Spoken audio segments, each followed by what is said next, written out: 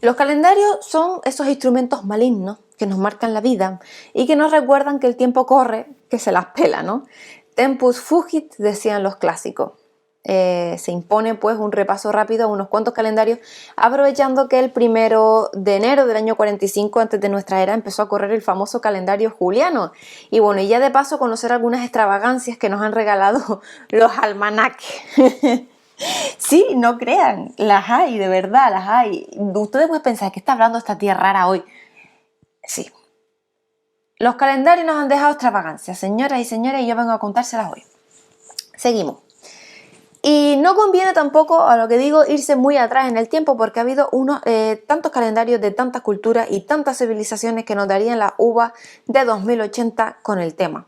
Digamos que calendarios los hay de todas las clases y para todos los gustos, desde pequeñitos hasta llevarlos en la cartera, hasta los grasientos de pared con chicas desnudas en los más rancios talleres mecánicos, los hay. Bueno, y teniendo muy presente que cuando en una zona del mundo se celebra el 1 de enero, en otra no se celebra nada porque es un vulgar día 28 del mes de Safar del calendario islámico, o 29 de Tebet del judío, o vaya usted a saber qué día del año de la serpiente del calendario chino, que bueno, a estas alturas de curso todo, desde musulmanes hasta chinos, pasando por judíos y medio pensionistas, se manejan para asuntos cotidianos con el actual calendario gregoriano, que es el común a todo el mundo, porque si no, no habría forma de quedar con nadie. Luego, eso sí, cada comunidad usa el calendario propio para sus celebraciones, por ejemplo, como los chinos cuando celebran su año nuevo, o los islámicos para marcar el Ramadán. Pero bueno, el calendario juliano se estrenó el 1 de enero del 45 antes de nuestra era y se quedó con ese nombre por Julio César, aunque no lo inventara él. Lo mandó a hacer, que por algo era el César, y lo que estuvo echando cuentas como loco hasta que le salió el calendario fue un astrónomo que atendía por Sosígenes de Alejandría. Y bueno, en Roma ya había un calendario de 10 meses de acuerdo a los ciclos de la luna, pero cada año había que hacer muchos ajustes porque, dicho a las claras, ese almanaque era un completo desastre. O sea, no encajaban las estaciones ni empujando. Hubo años en los que el calendario llegó a ir hasta 3 meses por delante de la estación que correspondía. Es decir, podía hacer un frío que pelaba porque el sol seguía su ritmo, pero el calendario lunar romano decía que estaba empezando el verano. Y bueno, eso había que arreglarlo. Aunque los políticos romanos se resistían porque esos ajustes cada año había que hacer en el calendario para que fuera el ritmo de las estaciones, los ordenaba el jefe de turno, del mandamás, el César. Y era él quien mandaba intercalar un mes aquí o allí o no, o añadir días acá o días allá o tampoco. Lo hacía según le diera el aire o según le conviniera. Es decir, ajustar el calendario de una forma u otra se usaba para hacer trampas con las fechas y alargar los mandatos políticos. Hasta que, bueno, pues llegó Julio César y se decidió a poner orden para no estar arreglando cada año aquel desbarajuste de fecha. O sea, ajustó el calendario al sol, no a la luna, y desde entonces nos vienen los nombres de los meses y de los días. El séptimo mes se llamaba Quintilis, lo que pasa es que llegó el pelota de Marco Antonio y decidió llamarlo Julio en honor del César. De la misma forma que Sextilis pasó a llamarse Agosto en honor de Augusto. Y bueno, resulta casi milagroso que esa inicial nomenclatura romana haya llegado casi intacta hasta hoy, más de 2000 años después, con esos dos únicos cambios. Pero bueno, también es cierto que aquellos dos perturbados llamados Nerón y Calígula intentaron meter mano para tener también ellos nombres de meses en su honor. Calígula cambió septiembre y lo llamó Germanicus, y Nerón le hizo lo mismo y mayo pasó a ser Claudius. Ni puñetero caso le hicieron, en cuanto se murieron pues volvieron a poner los antiguos nombres. Y hasta incluso Carlomagno quiso cambiar los nombres de los meses, pero su propuesta era impronunciable. Enero era Wintermanot, febrero Ormug, marzo Lenzinsmanok, abril Ostermanot, o sea, a la porra, o sea, que en latín al fin y al cabo es más fácil. Así que, salvo esos vanos intentos melógamos, por los que respecta al calendario juliano, casi todo sigue igual. Casi. Porque algún fallo debía de tener el calendario juliano si luego vino un papa que atendía por Gregorio a enmendar la plana. Y bueno, el calendario juliano tenía más que un fallo, un fallito que al principio no se notaba, pero bueno, ese lapso se fue acumulando con el paso de los años. Y el calendario de Julio César es que era 11 minutos y 14 segundos más largo que el año solar. Y si año a año se van acumulando esos minutillos, al cabo de un tiempo todo se vuelve a desbocar. Así fue como en el año 1582, cuando el equinoccio de primavera tenía que darse el 21 de marzo, se produjo 10 días antes. Y bueno, ¿y desde cuándo se ha visto que la primavera entre cuando le dé la gana y no cuando le toca? Para la iglesia esto era muy grave porque la Pascua había que calcularla a partir del equinoccio de primavera. Y si esta estación entraba en el calendario cuando le salía del bolo, ya todo lo demás iba descontrolado. O sea, que al margen de la cuestión astronómica había un interés religioso. Todos los calendarios de todas las civilizaciones desde hace 5.000 años tienen dos objetivos: regular las tareas agrícolas y el culto religioso. ¿Por qué tenemos siempre este lío de fechas con la Semana Santa? ¿Cuándo cae? Porque unas veces cae en marzo y otras en abril, unas veces con frío y otras con más calorcito. Pues para entenderlo hay que echar cuenta. Situemos primero el domingo de Pascua, también conocido como el domingo de resurrección. Y bueno, ese día tiene que ser por narices el domingo siguiente a la primera luna llena de primavera. Cuando está situado este domingo hay que irse hacia atrás 46 días y ahí situamos el miércoles de ceniza. Luego retrocedemos al lunes anterior y ahí señalamos el lunes de carnaval y bueno, y por último el Corpus que toca 60 días después del domingo de Pascua. Está claro que estas festividades afectan a las celebraciones de los católicos, pero así hay que aceptarlo porque también marcan un calendario laboral y sobre todo y más importante, las vacaciones de más de uno. que este año las pasamos en cuarentena, pero bueno, que llevamos casi 2 meses de vacaciones, no se quejen, hombre.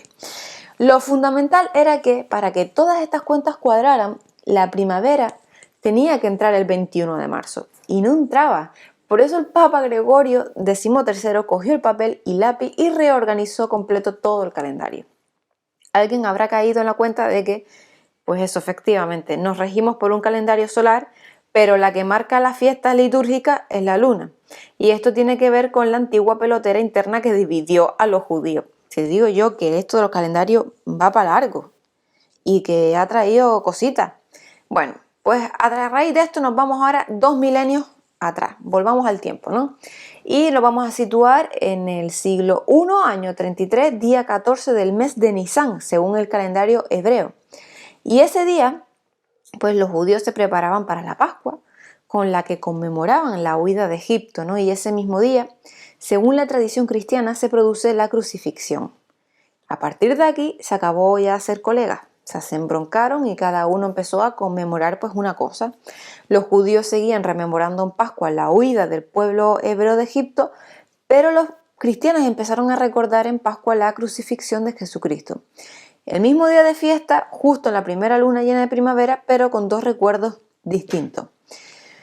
Continuó pasando el tiempo y las diferencias entre judíos y cristianos fueron a peor, tanto que les fastidiaban tener en común ese mismo día para conmemorar sus cosas. Y bueno, en el año 100 y pico ya hubo un obispo de Roma que se llamaba Víctor, muy mosqueado con este asunto, que se sentó a cavilar y buscó una fórmula para evitar esa coincidencia. Y decidió que la Pascua cristiana tenía que caer sí o sí en domingo. Ya no se celebraría más en ese día de los judíos, que era el día 14 del mes de Nisan. Porque los judíos no tienen en cuenta si cae en martes o un jueves, es el día 14 de Nisan, caiga donde caiga, y ese día siempre era la primera luna llena de primavera. Y entonces, ¿qué hacer si la primera luna llena de primavera cae en domingo? Pues volverían a coincidir las dos Pascuas y estarían en las mismas. Por eso, los disidentes cristianos afinaron aún más en sus cálculos y así llegamos al año 325, a la celebración del primer concilio, la primera asamblea que organizó el alto mando cristiano. Y lo convocó el emperador Constantino el Grande, y en aquel concilio de Nicea decidieron que los judíos se quedaran con su fiesta el día de la primera luna llena de primavera y los cristianos, para no coincidir jamás con ellos, señalaron la suya siempre en domingo y siempre el domingo siguiente a la primera luna llena de primavera. O sea, que si la primera luna llena cae muy poquito después del 21 de marzo, la Semana Santa nos cae en marzo y con frío. Cuando cae bien entrado abril, las vacaciones pillan más calorcito. Pero bueno, la semana de vacaciones siempre va a caer entre el 22 de marzo como muy pronto y el 25 de abril como muy tarde. Por eso la luna es la que todavía hoy nos dice cuándo nos vamos de vacaciones, aunque nos rijamos por un calendario solar. Entonces, después de esto queda perfectamente claro por qué se necesitaban astrónomos para hacer los calendarios. Y ahora, bueno, pues volvemos al Papa Gregorio XIII, el que decidió cargarse el calendario juliano para imponer el suyo, el gregoriano, que es el que marca ahora nuestro tiempo. Y bueno, fue en 1582 cuando el Papa se remangó y decidió arreglar el desbarajuste, y para ello promulgó un decreto y se merendó 10 días de calendario para provocar que la siguiente primavera entrara cuando debía, el 21 de marzo. Los días se eliminaron en octubre. El 4 de octubre de 1582 los españoles se acostaron y amanecieron el día 15. Si alguien busca algo que ocurriera en España, por ejemplo, el 9 de octubre, no va a encontrar nada en los registros de esos días, de ese mes y de ese año, absolutamente nada, porque hay 10 días que no existen. La más conocida anécdota referida a este asunto tiene que ver con la muerte de Teresa de Jesús, porque esa mujer tuvo la idea de morirse justo aquel 4 de octubre de 1582 y los textos decían que la enterraron al día siguiente, o sea, el 15. Teresa efectivamente murió el día 4 del calendario juliano y fue enterrada el día 15 del gregoriano. Puesto que aquella orden del cambio de calendario era un mandato que venía de Roma, no todos los países estuvieron dispuestos a acatarlo solo porque lo dijera el Papa de turno. Los 3 países que adoptaron de inmediato el nuevo calendario fueron, por supuesto, los católicos, que era España, Portugal e Italia, aunque Italia no fuera Italia por aquel entonces, pero los demás países, los de religión protestante, los ortodoxos, los anglicanos, dicen que nanay, aunque en este caso, y sin que sirva de precedente el Papa, pues tenía razón. La mayoría de los países siguieron con su calendario juliano, por eso durante los 2 siguientes siglos las fechas españolas no cuadraban con las inglesas, ni las inglesas con las italianas, y ninguna cuadraban con las rusas, porque hubo países como Grecia y Rusia que no se rigieron por el calendario gregoriano hasta bien entrado el siglo XX. Por ejemplo, tú quedabas con un ruso el 3 de septiembre a tomar unas cañas y aparecía 11 días después. Y es ahí la famosa Revolución de Octubre, que en la Unión Soviética sería en octubre, pero en el resto de Europa fue en noviembre. Bueno, espero que les haya gustado la anécdota de hoy y bueno, nada, un saludo. Vendremos con más anécdotas tipo así de la historia, haremos una cronología a lo largo de la historia. Sí, hoy no vinimos al año 45, es lo que hay. Bueno, un saludo, hasta mañana, chao.